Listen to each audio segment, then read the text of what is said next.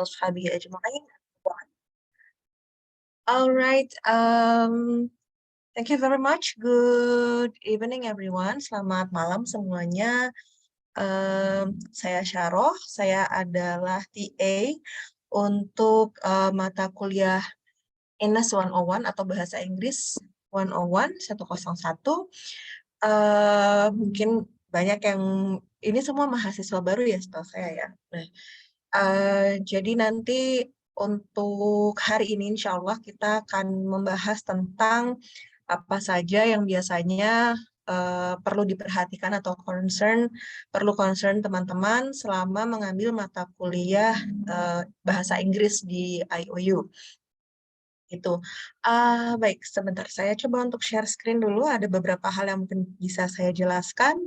Afwan, sebelumnya suara saya masuk dengan jelas tidak ya? Karena rumah saya di pinggir jalan, jadi suara Jelas. kendaraan lumayan kencang gitu. Alhamdulillah kalau sangat jelas. Baik, baik saya share screen dulu.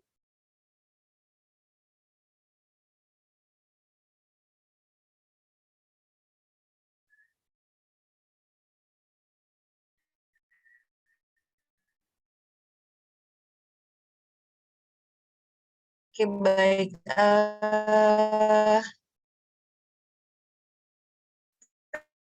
Sedang akan membahas tentang apa saja yang akan kita pelajari selama di internet connection saya kurang baik. Nah, tapi sebelum masuk ke sini ya, saya perkenalkan diri saya dulu. Nama saya Adhani Junia Syaroh MH. Saya biasa dipanggil Misyaroh atau Ustadzah, tapi saya pribadi lebih prefer Misyaroh gitu karena kalau Ustadzah sepertinya saya sangat alim. Sedangkan meanwhile I'm not that very religious person, jadi saya lebih prefer untuk dipanggil Miss saja, tidak masalah. Baik, kemudian untuk background saya sudah menjadi TA di IOU sejak 2017, Alhamdulillah. Jadi ini adalah tahun ke-6 saya, insya Allah bersama dengan IOU. Tahun ke-6 atau tahun ke-7 ya saya. Ya, sekitar mungkin tahun ke-6, tahun ke-7 dengan IOU. Jadi sudah banyak mengalami dinamika-dinamika yang terjadi selama di IOU, terutama juga mungkin salah satunya adalah perubahan kurikulum begitu. Nah, untuk mulai dari tahun yang kemarin itu ada di semester kemarin terutama perubahannya cukup besar khususnya pada bagian materi modul begitu ya. Kalau mungkin teman-teman sebelumnya sudah pernah ada yang ambil English 101 atau English 101 mungkin ya. Jadi yang semester ini perubahannya lebih banyak kepada tulisan, penekanannya lebih kepada menulis begitu ya. Jadi meskipun nanti mungkin soal-soal teman-teman banyak dalam bentuk pilihan ganda untuk kuis dan lain sebagainya, tetapi secara skill yang akan banyak dikembangkan adalah skill reading dan writing terutama seperti itu. Nah, selain background saya yang sudah bergabung dengan IOU sejak 2017, saya juga kemarin, jadi latar belakang pendidikan saya kenapa kemudian saya mengampu mata kuliah English atau bahasa Inggris. Background saya latar belakangnya S1 di Sastra Inggris Universitas Gadjah Mada, kemudian melanjutkan magister di S2 Kajian Budaya dan Media juga masih di Universitas Gadjah Mada. Karena background saya yang universitasnya sangat sekuler ya, jadi saya agak deg-degan kalau dipanggil ustadzah gitu karena tidak punya background apa ya yang secara akademis Islami begitu. Jadi saya lebih prefer dipanggil Miss karena saya juga masih untuk terkait dengan syariat Islam dan lain sebagainya saya juga masih merupakan pembelajar, jadi Itulah kenapa salah satunya saya lebih prefer untuk dipanggil Miss daripada Ustadzah begitu. Kemudian modulnya nanti pada mata kuliah bahasa Inggris kita akan ada beberapa buku. Yang pertama adalah academic literacy.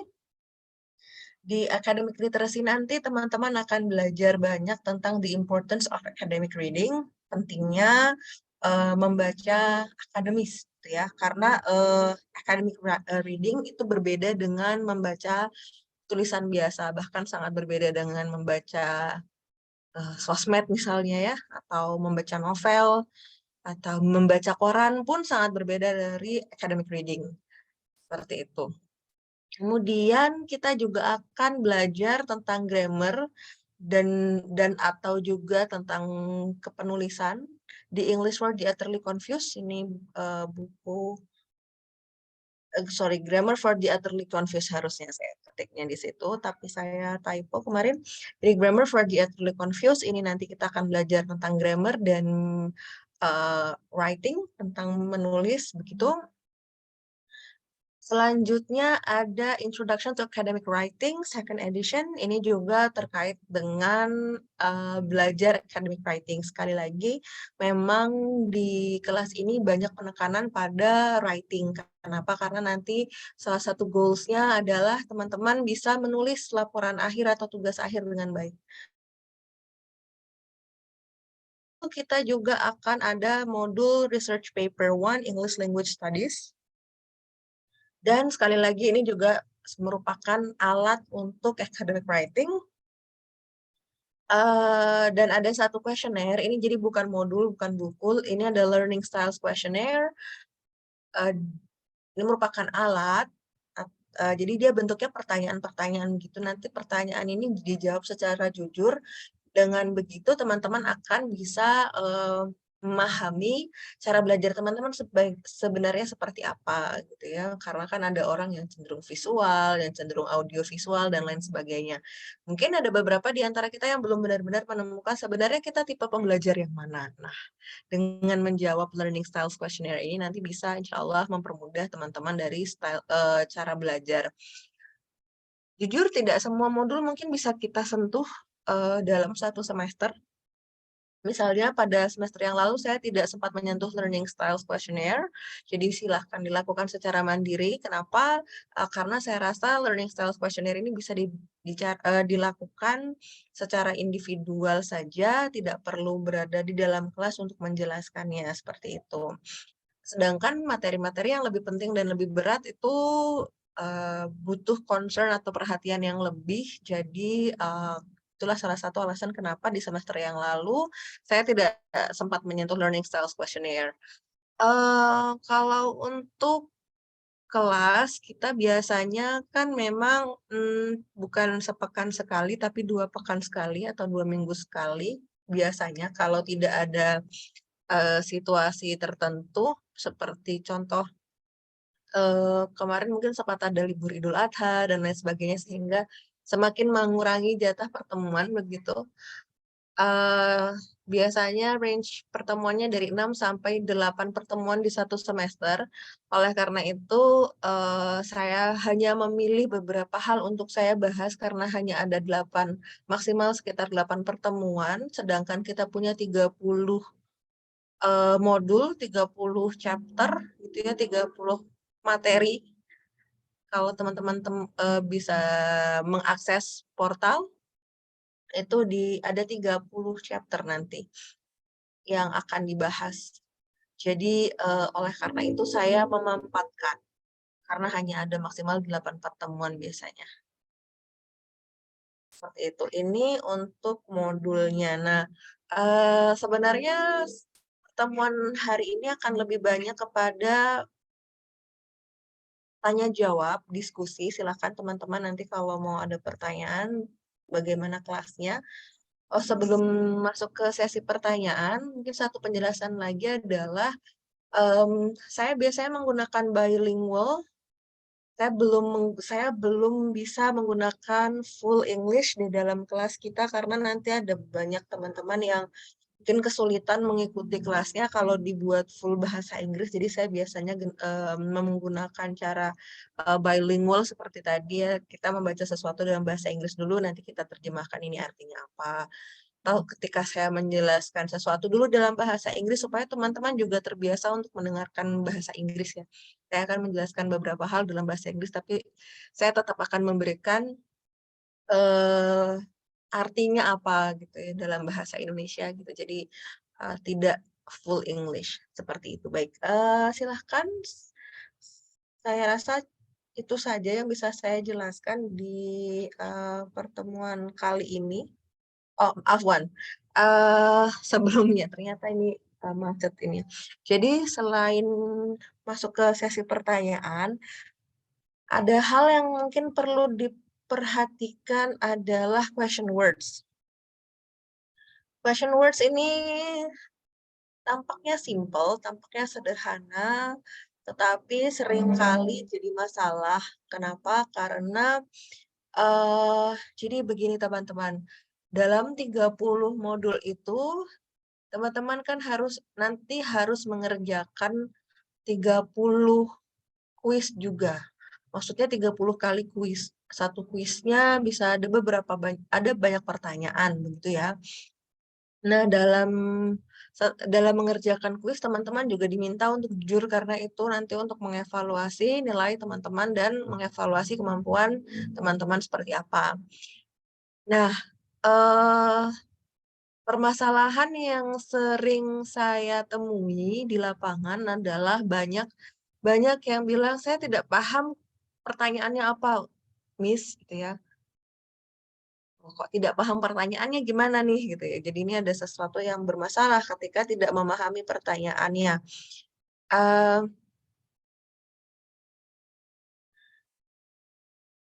jadi pertanyaan pertama adalah hal yang bisa saya sarankan kepada teman-teman, hafalkan question words. Hafalkan kata-kata yang biasa dipakai untuk bertanya, seperti 5W1H ini ya, 5W1H, ada what, when, where, who, why, dan which. Ada 6 jadinya dengan ini. Kemudian juga how, bagaimana. What apa, when kapan, where di mana, who siapa, why mengapa, which yang mana, dan how bagaimana.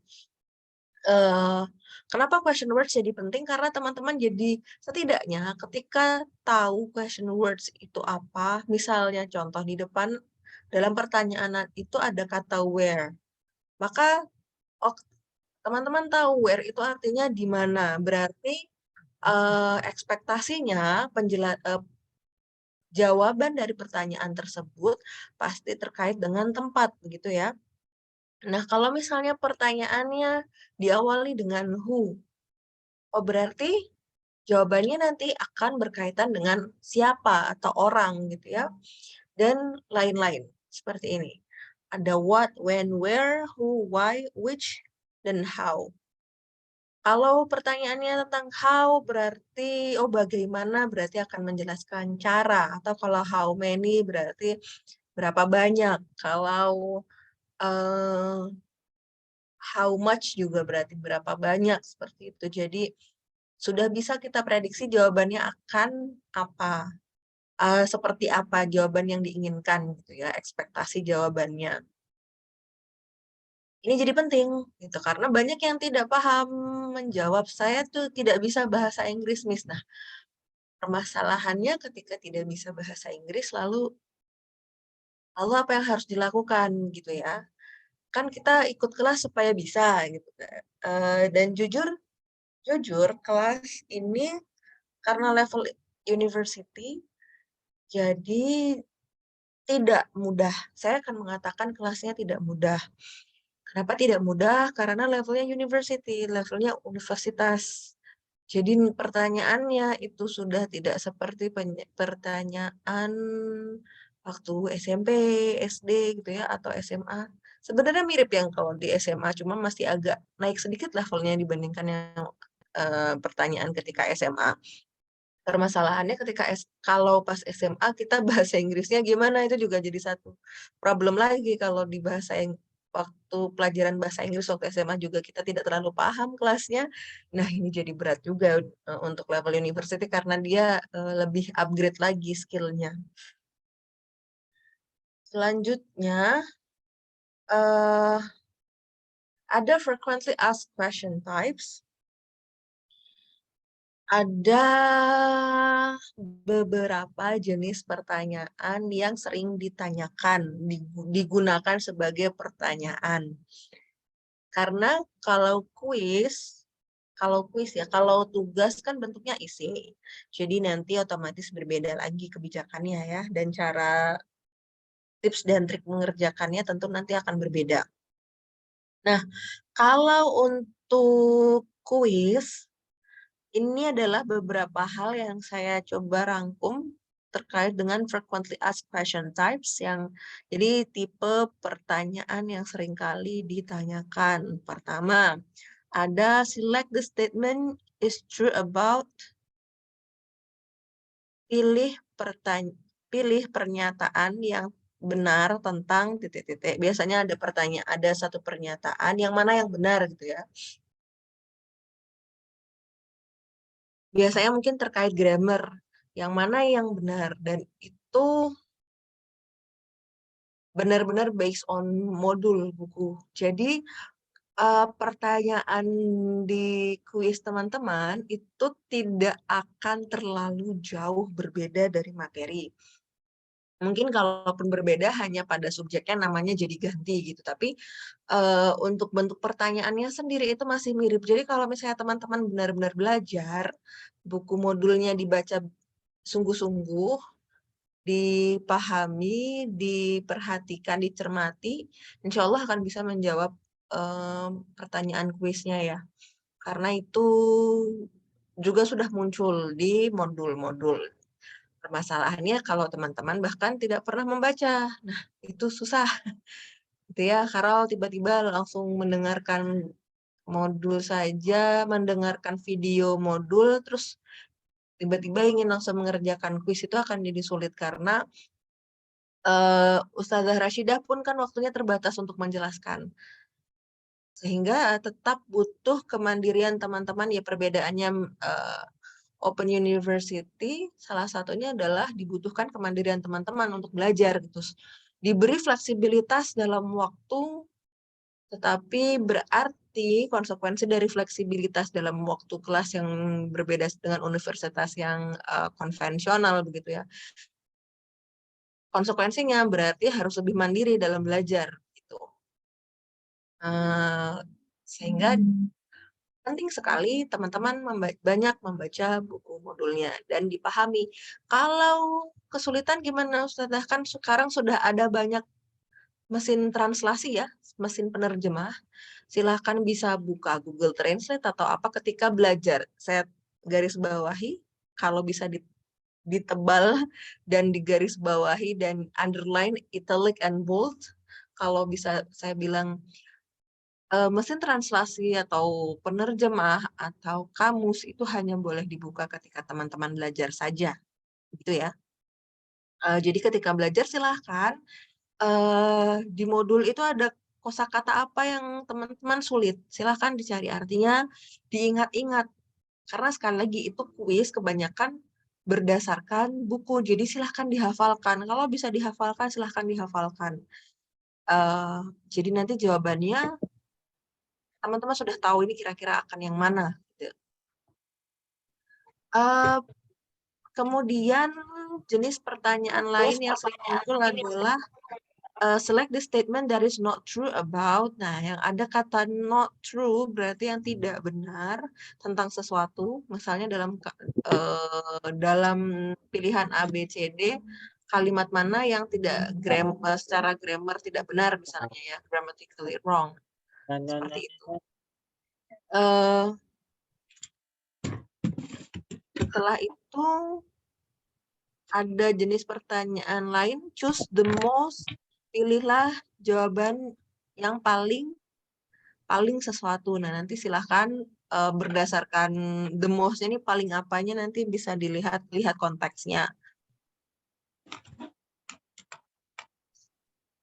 Selanjutnya ada all are titik-titik except. Nah, misal semua all are true, misalnya semua ini benar except kecuali, dan dihafalkan kosakata except ini artinya apa. Except itu kecuali, berarti dia pengecualian, berarti ada sesuatu yang berbeda di antara yang lain. Ada itu udah bisa jalan. Ada itu udah bisa jalan. Itu adalah beberapa jenis pertanyaan yang biasanya ditanyakan Ada itu udah bisa jalan. untuk kuisnya, seperti itu. Nah, ini ada beberapa saran saya, mungkin jadi redundancy, jadi agak mengulang karena saya berikan advice lagi.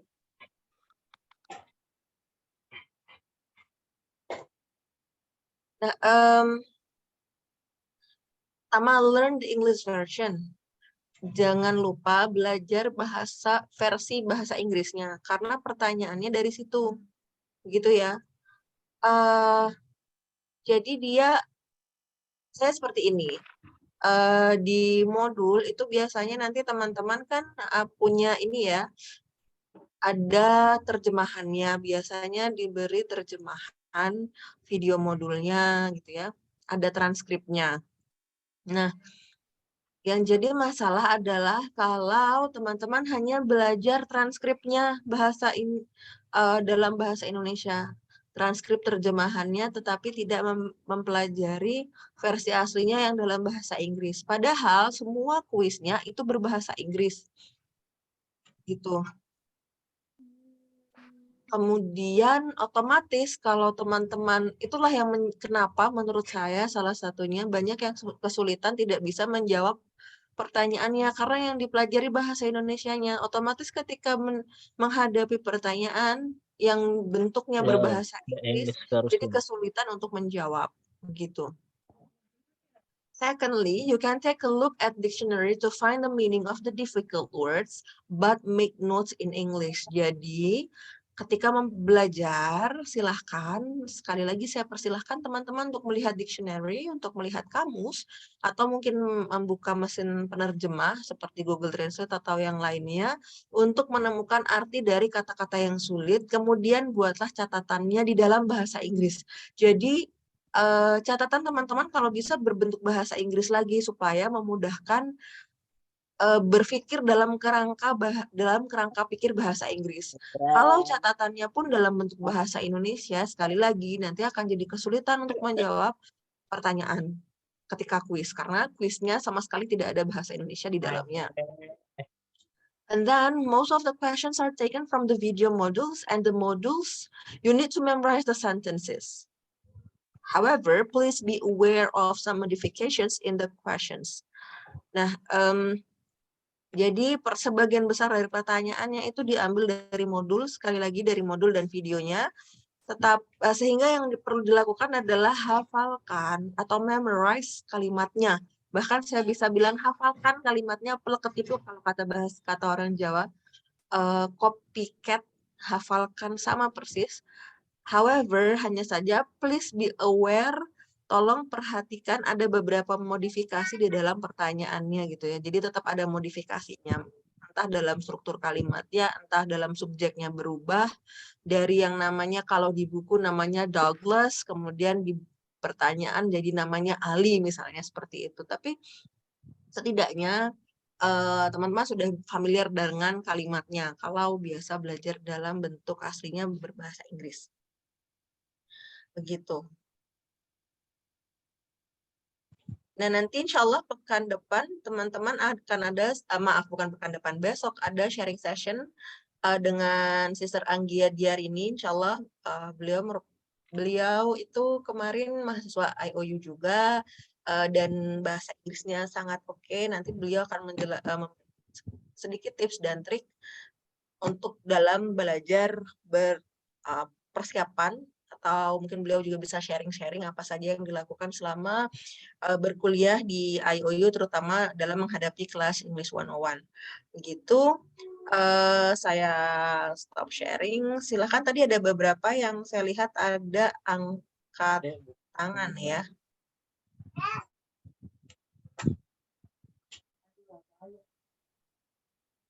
Ada yang tadi angkat tangan, kalau tidak salah, silahkan. Atau kalau misalnya tidak ingin langsung berbicara, bisa ditulis di kolom chat. Saya akan menjawab satu persatu. Baik, Afwan, untuk beberapa teman yang mikrofonnya nyala, saya mute ya.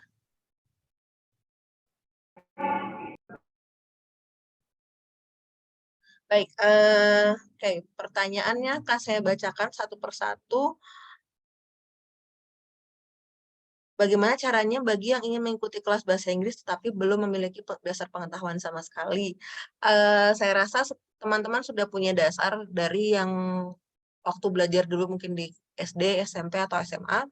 Insya Allah itu bisa, asalkan ketika teman-teman dulu belajar itu cukup rajin ya, atau cukup memahami pelajaran waktu sekolah dulu gitu. Dan sekali lagi, kalau tidak ada dasar pengetahuan, yang mungkin bisa minta bantuan dari kamus untuk belajar, selama belajar. Tapi kalau mengerjakan kuis, silahkan mengerjakannya dengan jujur. Oke, pertanyaan selanjutnya, di sekian banyak PDF materi bahasa Inggris, apakah semua itu dijadikan materi? Betul, semuanya jadi materi. Hanya saja nanti mungkin ada seperti yang buku Grammar for the Utterly Confused, itu kan bukunya tebal sekali. Mungkin ada beberapa chapter atau beberapa bab saja yang dipakai gitu ya, jadi tidak semuanya. Nah, oleh karena itu penting teman-teman untuk menonton video modulnya, karena berdasarkan video modul itulah nanti teman-teman bisa tahu, oh ini yang dipelajari di chapter berapa di buku yang mana gitu. Oke, kelas ini nanti memerlukan latihan speaking atau tidak? Insya Allah tidak perlu. Karena sekali lagi penekanannya di kelas ini adalah pada writing dan reading. Jadi tidak ada speaking. Kalau mau belajar speaking silahkan, tapi kalau untuk kelas English 101 itu nanti, atau NS 101 tidak ada. Begitu. Selanjutnya, pertemuannya biasanya insya Allah saya hari Ahad. Karena kalau di weekdays itu saya juga ada pekerjaan lain, sehingga saya biasanya baru bisa kelas di hari Ahad. Referensi web untuk menambah kosakata sebenarnya tidak ada kalau mau jujur secara spesifik ya. Tapi teman-teman mungkin bisa membaca, kalau untuk hanya sekedar kosakata, teman-teman bisa membaca start from something light dulu, coba dari membaca sesuatu yang ringan, misalnya magazine atau majalah online yang berbahasa Inggris, atau koran berbahasa Inggris, contohnya. Itu masih agak ringan, karena nanti academic itu nanti berbeda lagi, bisa baca jurnal. Kalau penasaran yang ingin lebih serius lagi, mungkin teman-teman merasa, oh kalau baca koran saya sudah paham kok gitu ya. Oke, silahkan menambah kosakatanya atau menambah skillnya, upgrade skillnya dengan membaca jurnal-jurnal internasional. Tidak registrasi kuliah, tidak registrasi bahasa Inggris. Afwan, kalau untuk yang pertanyaan teknis terkait registrasi kelas, nanti mungkin bisa ditanyakan ke Fahmi ya tadi, yang tadi membuka hari ini, yang membuka forum, nanti bisa ditanyakan ke Fahmi. Kalau saya pribadi tidak paham untuk detailnya seperti apa, pemilihan mata kuliah dan lain sebagainya, gitu. Kalau tidak diambil ketika regis, yang terkait dengan pengambilan mata kuliah, nanti mungkin bisa tanya ke Fahmi Wirangkasa ya. Kalau saya pribadi kurang berpengetahuan untuk itu. Modulnya full bahasa Inggris atau ada translation-nya? Untuk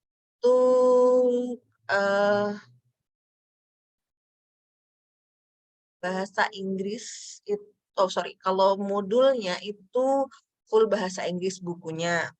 Tetapi biasanya nanti sudah ada tim penerjemah yang akan membantu menerjemahkan modulnya. Pertama misalnya di video itu sudah ada translation-nya atau sudah ada subtitle ya. Sudah ada subtitlenya, ada transkripnya juga nanti dari subtitle tersebut. Kemudian di modulnya juga nanti ada yang terjemahannya kalau tidak salah. Jadi insya Allah banyak bantuan dengan bahasa Indonesianya. Tapi sekali lagi kalau saya pribadi merasa silahkan pelajari yang bahasa Inggrisnya.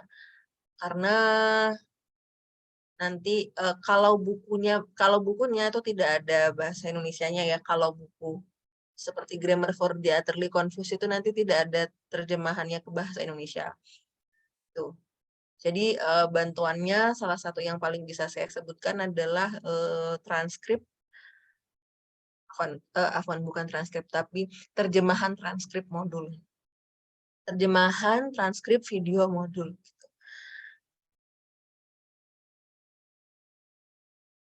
Will be my student learn English? I don't find English study at the enrollment form. Okay, so I think English is only for BAIS if I'm not mistaken. BAIS or for the undergraduate students.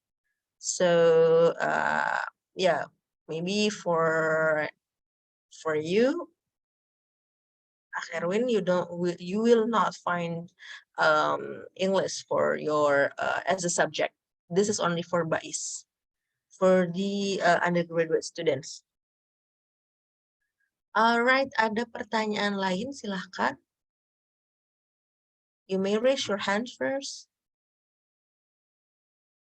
Ya, begitu. Jadi secara keseluruhan kita ikuti saja yang di website ya. Kalau boleh saya bilang iya. Karena karena begini, kita lihat targetnya ya. Jadi targetnya kita harus realistis. Dalam satu semester ini, kita tidak bisa mendapatkan semua skill secara langsung ya. Misalnya saya tiba-tiba mengambil modul lain, misalnya sebagai input buat teman-teman, atau saya tiba-tiba lebih banyak ke arah speaking gitu. Saya rasa itu jadi tidak fair buat teman-teman karena nanti teman-teman kan harus mengerjakan kuis dan jujur kita sama-sama jujur saja kita tahu bahwa ketika kuliah atau sekolah gitu ya, kita ketika berada di institusi pendidikan tidak hanya sekedar mengejar ilmunya tapi juga nilainya ya, lulus atau tidak lulus gitu ya. Untuk target paling pendek yang menurut saya paling realistis adalah target mengejar biar skornya bagus gitu, supaya lulus dari mata kuliah tersebut. Jadi bisa silahkan fokusnya ke yang ada di web saja. Kalau teman-teman mau untuk upgrade skill teman-teman di luar dari apa yang sudah disediakan oleh web portal, tidak masalah gitu ya. Tetapi kalau di kelas saya hanya akan fokus ke yang ada di modul begitu. Karena nanti kita judulnya kan membantu pemahaman teman-teman supaya bisa mengerjakan kuisnya lebih baik, supaya skornya juga bagus gitu.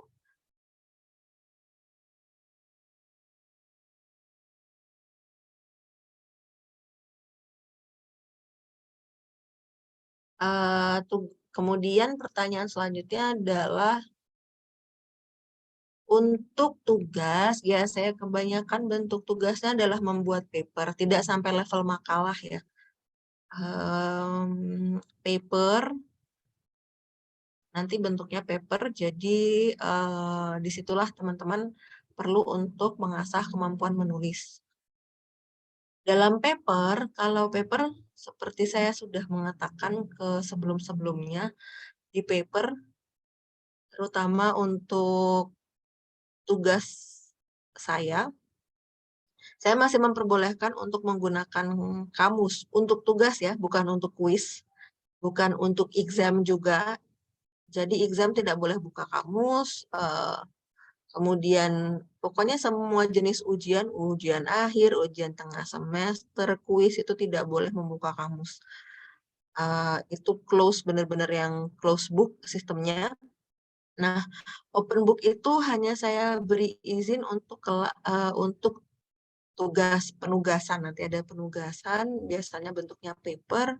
Teman-teman boleh buka kamus, tetapi saya sebenarnya tahu yang mana yang menerjemahkan sendiri dan yang mana yang tidak. Kemudian saya juga insya Allah paham. Yang sebenarnya lebih penting begini, pun teman-teman menggunakan mesin translasi, kalian tidak boleh 100% rely on your machine gitu ya.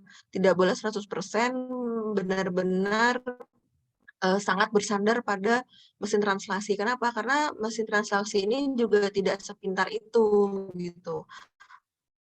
Contohnya, contohnya yang sering kali muncul adalah saya lihat itu ada beberapa teman-teman yang sepertinya benar-benar kopas dari mesin translasi dan tidak nggak ngecek lagi gitu adalah terutama di bahasa Inggris ada subjek. Kalau mungkin teman-teman juga bahasa Arab kan, di bahasa Inggris dan bahasa Arab kita punya subjek yang banyak gitu. Subjeknya tergantung dari feminin maskulin. Teman-teman mungkin waktu membuat kalimat bahasa Indonesianya cuma dia pergi ke pasar. Padahal sebelumnya konteksnya adalah namanya Zainab misalnya. Zainab, anak putri bernama Zainab. Dia sering pergi ke pasar. Nah, dia ini refers to atau merujuk pada Zainab. Dan it means seharusnya kata gantinya menggunakan kata ganti perempuan yaitu she. Nah, karena mesin translation ini tidak sepintar itu, dia hanya melihat ada kata dia di situ kan, si mesin translation ini hanya melihat ada kata dia. Lalu si Google Translate misalnya kan secara mentah-mentah menerjemahkan dia menjadi he, padahal tidak cocok dengan konteksnya, padahal konteksnya adalah she. Karena kita berbicara tentang Zainab dan kita tahu Zainab adalah perempuan. Jadi meskipun menggunakan mesin translation dalam pengerjaan tugas, please be mindful of your results of the translation. Please recheck again, gitu ya.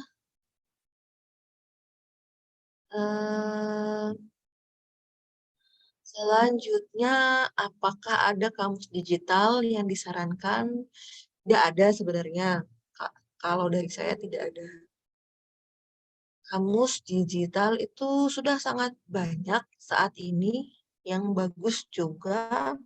Bahkan Google Translate pun sebenarnya sudah bagus asalkan dengan syarat kata yang dimaksudkan itu jelas, tidak typo misalnya.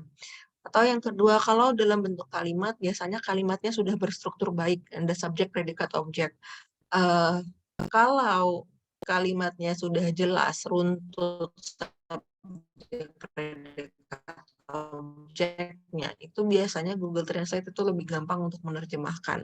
Tapi kalau bahkan kalimatnya saja tidak runtut, gitu ya, kalimatnya saja kalimat awalnya, kalimat asalnya tidak menggunakan bahasa Indonesia yang baik dan benar, Google kalau kita cek secara grammar, saya bisa lihat bahwa grammarnya berantakan biasanya.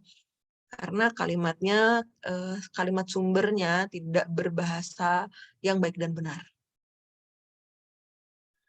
Gitu. Ini sudah ada yang mencoba menjawab dengan dpl.com. Ya, ada banyak sebenarnya, silahkan bisa dicari.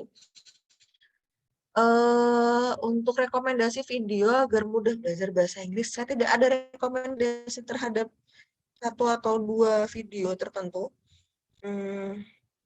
Kalau untuk ada banyak sekali di luar sana, saya rasa yang bisa menjadi rujukan, apalagi saya tidak tahu kebutuhan teman-teman yang mana, karena ada ratusan mahasiswa dengan range kemampuan bahasa Inggris yang dari dasar sekali sampai yang sudah lumayan advance.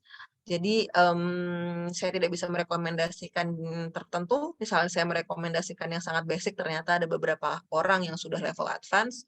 Jadi silahkan bisa mencari sumber rujukan masing-masing, bisa dilihat di YouTube saat ini juga banyak sekali saya rasa. Bahkan di Instagram pun ada beberapa akun yang rajin untuk sharing tentang bahasa Inggris. Itu. Jadi saya rasa saya tidak bisa memberikan rekomendasi tertentu ya. Tapi kalau kelas kita saya pikir tidak ada. Saya bisa bilang tidak ada video yang bisa membantu teman-teman mengerjakan soal bahasa Inggris yang ada di kelas kita.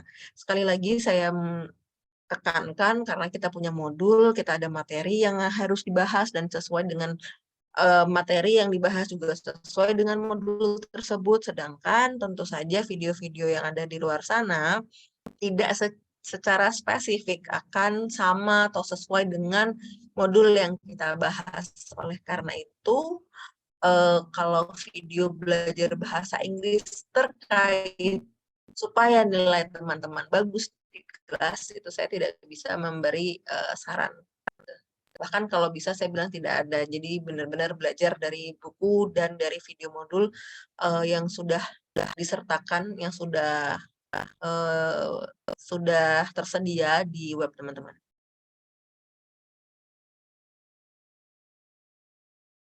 Baik, ini sudah ada yang memberi rekomen untuk memahami grammar bahasa Inggris. Syukron. Kemudian misal hanya ada 8 pertemuan di satu semester, tapi di web ada 30 modul. Sekali pertemuan membahas beberapa modul, biasanya hanya satu. Biasanya hanya satu atau maksimal 2. Karena waktu pertemuannya juga saya hanya ada waktu 1 jam, jatahnya dijadwalkan 1 jam, sehingga saya rasa akan sangat sulit bagi saya untuk membahas secara mendetail dan mendalam beberapa modul sekaligus. Jadi biasanya saya akan mengambil modul-modul yang menurut saya agak sulit dan butuh pemahaman lebih lanjut, sehingga nanti bisa membantu teman-teman memahami kelasnya gitu.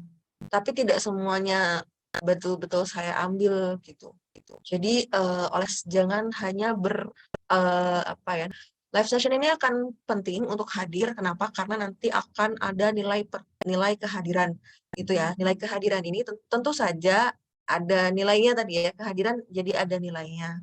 Oleh karena itu hadir di live session itu akan memiliki bobot gitu ya. Memiliki bobot untuk kelas, untuk nilai kehadiran. Jadi tetap perlu untuk hadir, tetap perlu untuk datang. Meskipun memang saran saya lebih banyak kepada teman-teman menonton videonya dan membaca modulnya dengan sungguh-sungguh. Karena itu yang akan ada kuisnya.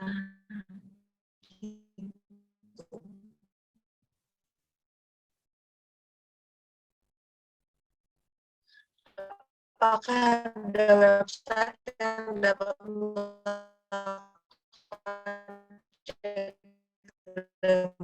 English yang gratis? Ada. Saya biasanya pakai Grammarly. Kalau misalnya Grammarly ini, kalau yang premiumnya nanti teman-teman bisa lebih advance lagi, terus sih Grammarly namanya. Baik, apakah kamus Oxford diperlukan? Ini, saya tidak bilang tidak diperlukan. Saya juga tidak bisa bilang bahwa sangat diperlukan, karena kamus Oxford itu nanti bentuknya kan, Oxford itu, jadi gini, kalau teman-teman mau belajar bahasa Inggris dengan sangat advance, sekali lagi ya, sangat advance dan sangat baik, I would say sangat baik, itu salah satunya adalah belajar dengan kamus Oxford. Kenapa? Dulu ketika saya jadi mahasiswa pun, saya tidak boleh membuka kamus. Dosen kami melarang kami untuk datang ke kelas dengan membawa kamus bilingual, tidak boleh membawa kamus 2 bahasa yang maksudnya katanya bahasa Inggris nanti terjemahannya bahasa Indonesia atau sebaliknya, Indonesia Inggris atau Inggris Indonesia itu tidak boleh. Kenapa? Karena kalau Oxford itu monolingual, satu bahasa. Jadi deskripsinya seperti KBBI nanti. KBBI kan kalau teman-teman buka kamusnya, KBBI itu ada masuk satu kata bahasa Indonesia, nanti akan ada definisi dari kata tersebut. Nah, sama kamus Oxford juga akan seperti itu. Teman-teman masukkan satu kata, teman-teman cari satu kata, nanti penjelasan atau deskripsi tentang kata tersebut akan dalam bentuk bahasa Inggris lagi yang lebih sederhana. Nah, dengan belajar dengan kamus Oxford ini, teman-teman satu akan enhance your vocabulary, kemudian kerangka berpikirnya itu nanti juga akan menggunakan kerangka berpikir bahasa Inggris karena itu tadi bahasa sumbernya bahasa Inggris, kemudian deskripsinya pun dalam bentuk bahasa Inggris lagi. Jadi akan mempermudah untuk terbiasa membaca bahasa Inggris. Permasalahannya adalah ketika basic bahasa Inggrisnya pun juga kurang, diberi pemahaman, diberi deskripsi atau penjelasan lagi, kok bentuknya bahasa Inggris gitu ya, meskipun lebih simple, tetapi jadi PR kalau tidak bisa berbahasa Inggris sama sekali. Jadi bukannya paham malah pusing gitu ya. Jadi kebutuhan penggunaan kamus Oxford itu tergantung masing-masing. Sudah sampai mana levelnya antum gitu. Tapi kalau untuk kelas kita, saya rasa tidak perlu seperti itu. Karena yang perlu nanti diperlukan lebih banyak ke modul.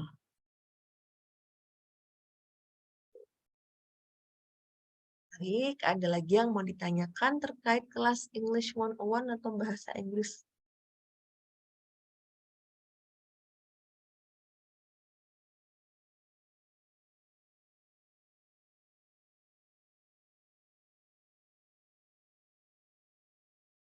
Kebanyakan teman-teman di sini apakah gap year, maksudnya sebelum kemudian memutuskan kuliah itu sudah lama dari lulus SMA atau setelah lulus SMA langsung memilih untuk mendaftar di IOU? Boleh jawabannya diketik. Oke. Oh, ada pertanyaan.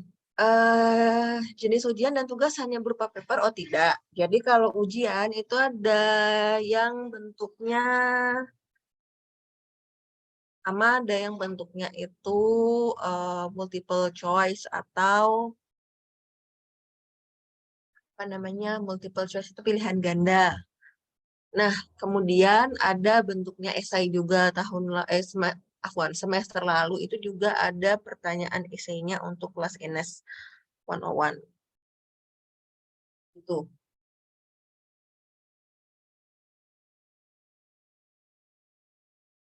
Eh, kalau yang paper itu untuk yang tugas. Jadi ujian itu kebanyakan bentuknya ujian dan kuis itu kebanyakan multiple choice atau pilihan ganda. Lalu di ujian itu biasanya ada yang bentuknya esai. Nah, kalau paper itu untuk tugas gitu. Jadi jujur ya, menurut saya sangat mempermudah ketika bentuknya multiple choice karena teman-teman kalau nggak tahu jawabannya masih bisa hitung kancing ya, bisa menghitung kancing A, B, C, D yang mana ya kira-kira gitu. Tapi kalau yang tugas karena dia paper itu mau tidak mau teman-teman harus mencurahkan semua kemampuan segenap pemikirannya di situ. Apakah ada kisi-kisi dan kriteria penilaian tugas dan ujian? Oke, baik. Kalau kisi-kisi, kalau untuk ujian saya tidak ada kriteria dan kisi-kisi. Tapi kalau tugas, salah satu kisi-kisi yang bisa saya berikan adalah gunakan reference atau bibliografi atau daftar pustaka bahasa Indonesianya. daftar pustaka atau referensi itu sangat penting. Kenapa? Karena sekarang kan kita sedang berada di setting atau di lingkungan akademis.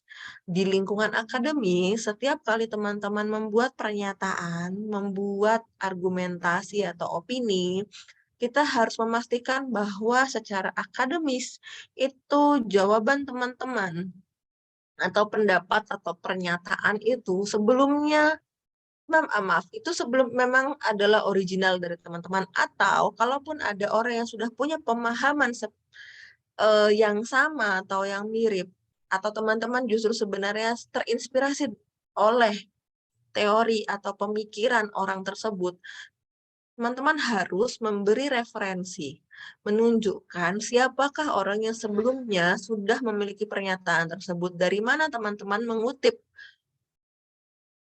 pernyataan atau teori atau pendapat itu dari mana gitu. Nah, kalau boleh saya sebutkan bahwa mengutip tanpa memberi sumber kutipannya dari mana atau dari siapa, itu haram hukumnya di dunia akademis. Jadi kalau nilainya kok kurang oke, jadi saya punya standar insya Allah bagi teman-teman yang sudah mengirimkan tugas ke saya akan saya berikan setidaknya minimal nilai yang di atas, sedikit di atas nilai passing score. Pasti saya beri di atas passing score.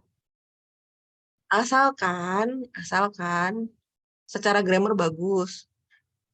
Kalaupun secara grammar nggak oke pun, saya masih berikan di atas passing score kok. Tapi syarat utamanya adalah referensinya juga harus ada. Jangan sampai memberikan pendapat tanpa referensi atau bibliografi atau sumber daftar pustaka seperti itu atau citation. Eh, karena itu haram hukumnya di dunia pendidikan. Jadi kalau misalnya teman-teman sudah membuat makalah panjang sekali yang ada 1000 kata, 10 halaman misalnya, tapi tidak ada referensinya, mohon maaf, nilainya pasti di bawah KKM. Gitu. Kalau dari saya seperti itu, teman-teman tidak akan bisa mendapatkan nilai sempurna. Sebagus apapun tugas teman-teman, tapi saya bisa memberi nilai sempurna. Jujur saya tidak sepelit itu, gitu ya. Jadi apakah nilainya semuanya KKM, saya KKM-nya kalau tidak salah itu nilainya 60 misalnya. Semua orang saya beri nilai 60 atau 65, tentu tidak. Tergantung dari paparan nanti ya. Misalnya apakah kalimatnya terstruktur atau tidak, apakah pemikirannya terlihat runut, kalau pemikirannya terlihat scattered around, bahasa Indonesia-nya terlihat berceceran gitu ya, pemikirannya dari sini loncat ke gagasan lagi, kemudian loncat lagi ke gagasan yang berbeda, kembali lagi ke gagasan sebelumnya dan tampak tidak berstruktur atau tidak berpola dengan rapi, tentu nilainya tidak akan bisa sempurna gitu. Saya juga melihat misalnya grammarnya, apakah ada banyak kesalahan grammar, apakah kalimatnya terdengar atau terbaca masuk akal, gitu ya. Jadi itu aja sih. Kalau misalnya kalimatnya teman-teman sudah oke, argumentasinya oke,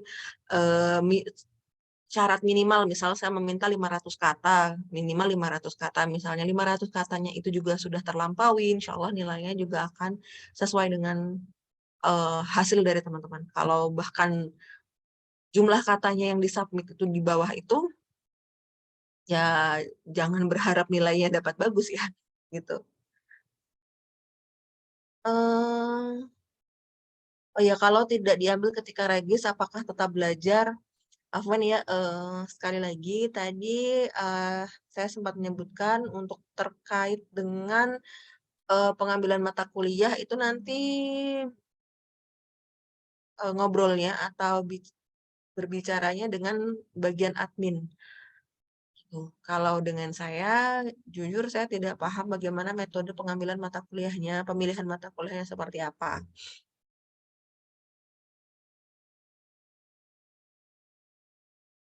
Kalau ingin cek level bahasa Inggris kita di mana, apakah ada rekomendasi website?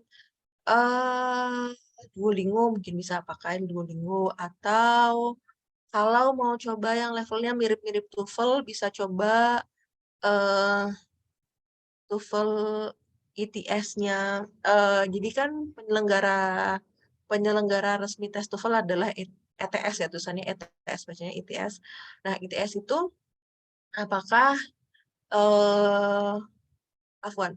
Jadi ITS ini mereka punya website simulasi tes TOEFL. Itu tentu tidak sama persis secara jumlah soal dan lain sebagainya. Misalnya dalam simulasi hanya diberi 10 soal, padahal kalau real test ada 40. Tapi setidaknya itu bisa mewakili jenis soalnya seperti apa. Di situ juga ada kunci jawabannya, jadi teman-teman bisa menghitung kemampuan bahasa Inggrisnya sudah sampai mana. Masalahannya kemampuan bahasa Inggris yang mana yang teman-teman inginkan gitu, karena eh, kompetensinya kan macam-macam gitu ya. Jadi tidak ada rekomendasi, saya tidak bisa menjelaskan rekomendasi website yang mana karena tergantung teman-teman yang ingin dicek skill yang mana, apakah skill readingnya kah, skill writingnya kah, atau skill seperti tadi saya sebutkan, skill yang mirip dengan TOEFL atau IELTS atau apa. Jadi kalau bentuknya seperti TOEFL, mungkin teman-teman bisa ambil TOEFL ITS. Cek di situ atau bisa pakai kalau tidak salah IF juga punya. Di websitenya IF itu juga ada EF English First itu. Kemudian pertanyaan selanjutnya, adakah contoh paper atau makalah? Saya pribadi tidak bisa memberikan satu contoh tertentu. Di internet sudah banyak saya rasa. Jadi bisa dicari di internet saja. Kemudian apakah ada deadline untuk mengerjakan tugas dan kuis? Ada. Tugas itu biasanya ada tanggal deadline-nya kok. Di portal nanti sudah dijelaskan. Kuis juga.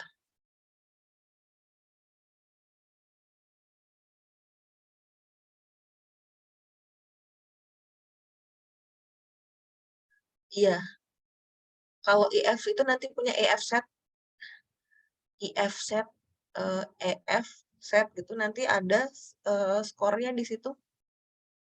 Nanti disebutkan C1, C2, B1, B2, atau A1, A2 dengan skor berapa itu juga lumayan. Butuh waktu kalau tidak salah 90 menit untuk mengerjakan IF set. Begitu.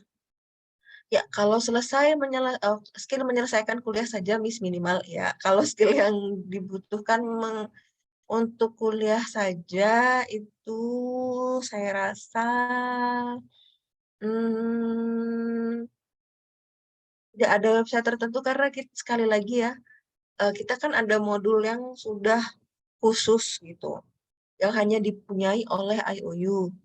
Jadi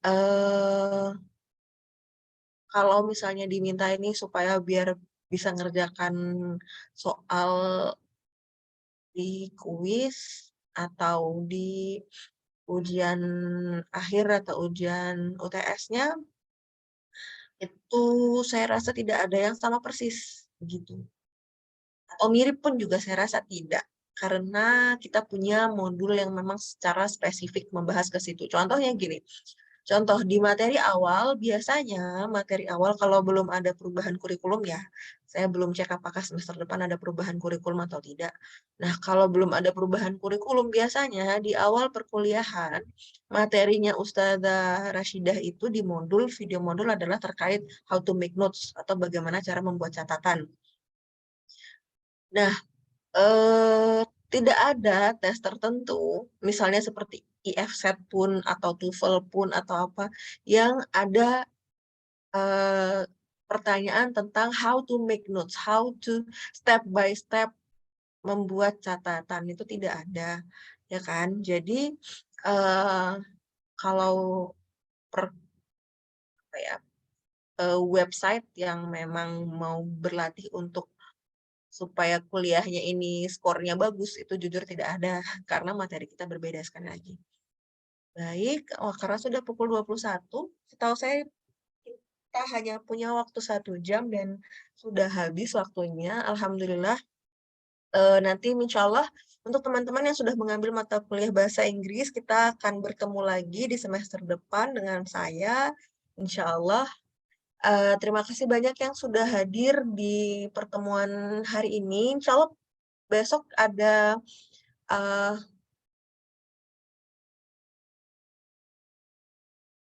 besok sudah ada, dengan ini ya, dengan Ukhti